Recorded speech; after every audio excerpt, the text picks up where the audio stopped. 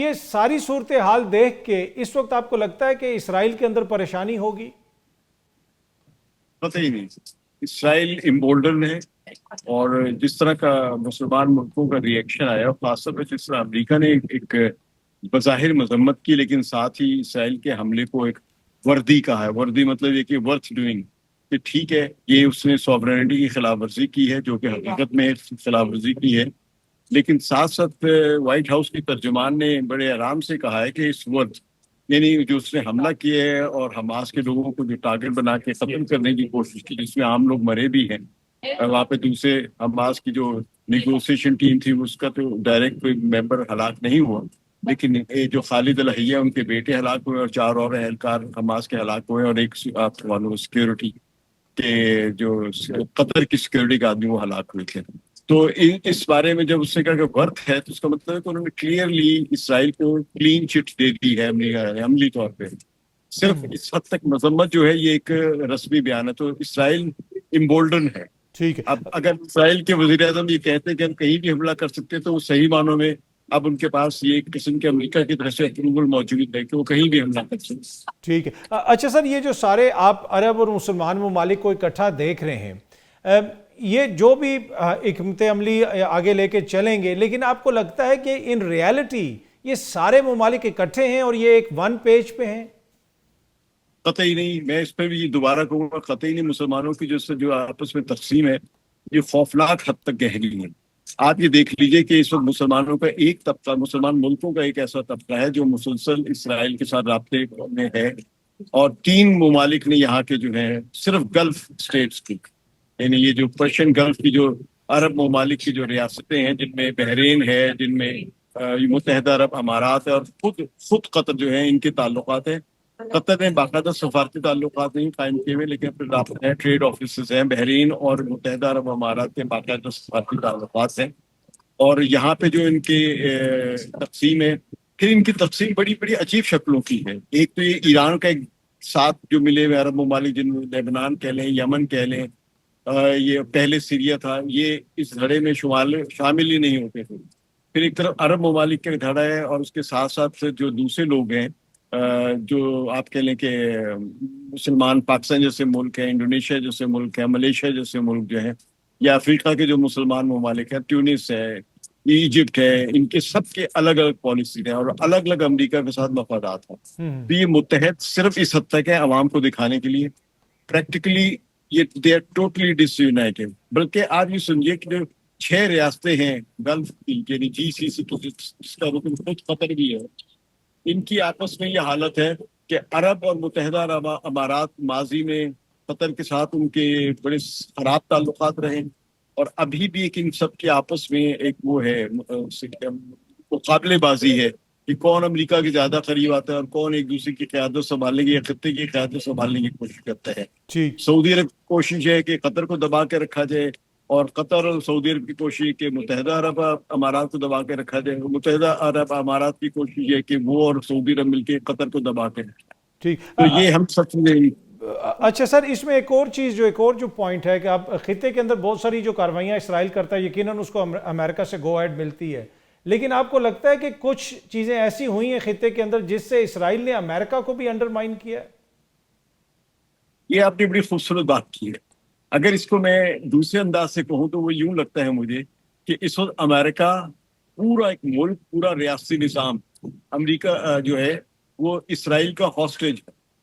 اسرائیل کا وزیر اعظم جب امریکہ آ کے ان کی کانگریس سے خطاب کرتا ہے تو اسرائیل کے وزیر اعظم کو وہ پذیرائی ملتی ہے جو امریکہ کے اپنے صدر کو نہیں ملتی ہے.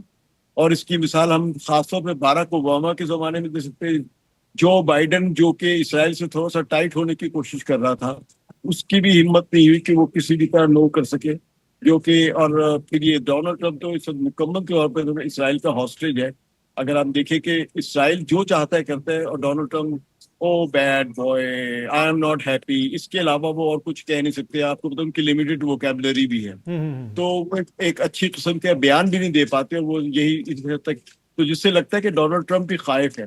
اور وہاں بہت سے لوگ تو وہاں پہ یہ تبصرہ کرتے ہیں مغرب میں، بلکہ خاص طور سے امریکہ میں، کہ ڈونلڈ ٹرمپ کے کیونکہ جیفری ایپسٹین کے ساتھ تعلقات تھے، اور جیفری ایپسٹین کی جو جتنی بھی فائلیں ہیں ان میں اس کے جتنے بھی کلائنٹس یا دوست رہے ہیں وہ سب کے ساتھ سیکس ابیوزز کرتے رہے, بچوں کے ساتھ جنسی زیادتی کرتے رہے ہیں, اور شاید ان سب کی ویڈیوز اور تصویریں جو ہیں وہ جیفری ایپسٹین کے باسز جو بھی ہیں, شک یہ جا رہا ہے کہ یہ موساد کا ایک آپریشن تھا, تو ان سب کی تصویریں ان کے پاس ہیں.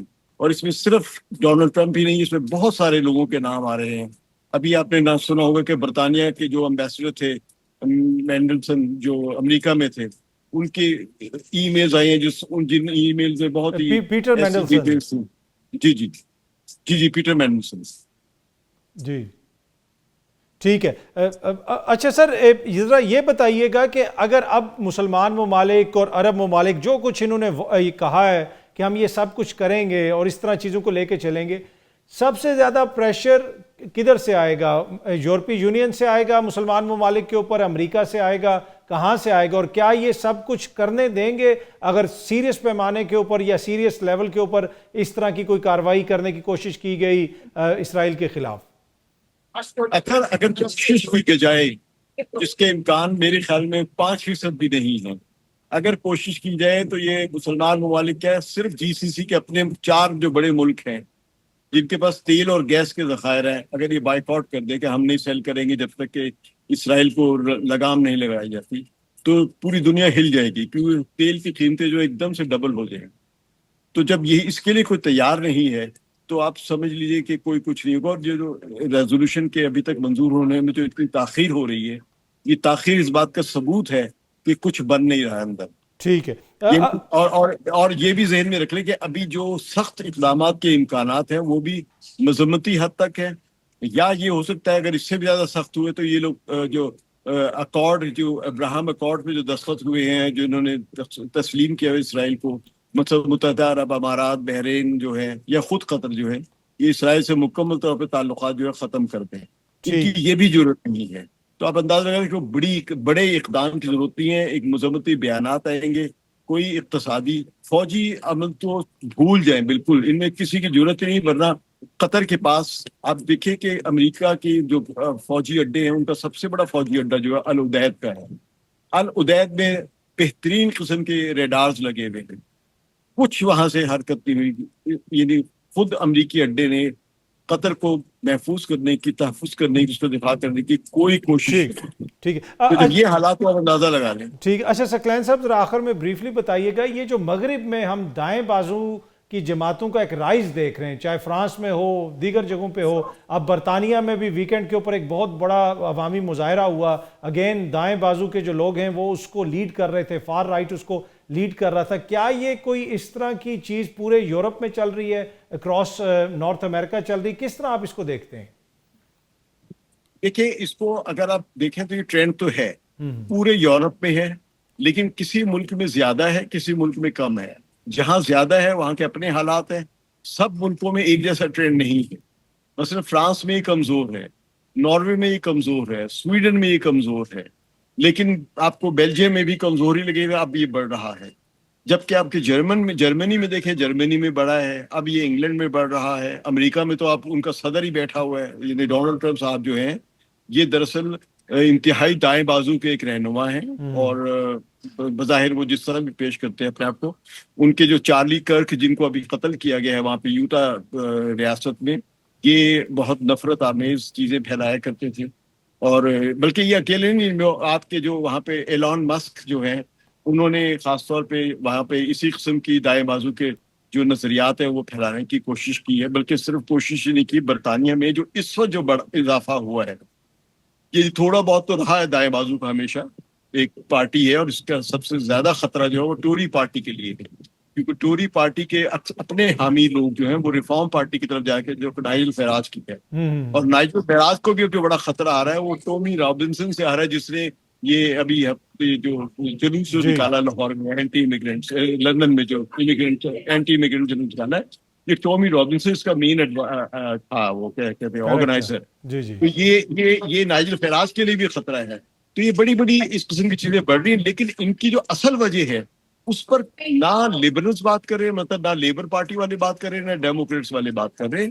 یہ جو انتہائی دائیں بازو کی جو تنظیمیں طاقت پکڑ رہی ہیں, اس کی بنیادی وجہ ہے کہ یورپ نے کئی 2-3 دہائیوں سے ویلفیئر کام کی طرف فنڈز کم کیے ہیں اور پرائیویٹائزیشن بہت ساری کی ہے, امیروں کے اوپر ٹیکس کم کی ہے, جس سے دولت کی جو تقسیم ہے اس میں فرق بڑھتا چلا جا رہا ہے, امیر سے امیر ترین ہوتا جا رہا ہے, غریب سے غریب ترین ہوتا جا رہا ہے. ٹھیک ہے. تو اس کے نتیجے میں جو غربت بڑھی ہے, اس غربت کا انہوں نے حل یہ نکالا کہ تمہارے ساتھ جو برائیاں ہو رہی ہیں, زیادتیاں ہو رہی ہیں, وہ امیگرینٹس کی وجہ سے ہو رہی ہیں. اپنے اقتصادی نظام کی طرف یہ نئی ذمہ داری ڈال رہے ہیں اس پر. باخبر رہنے کے لیے سنو نیوز کا یوٹیوب چینل سبسکرائب کریں اور بیل آئیکن پہ کلک کر دیں.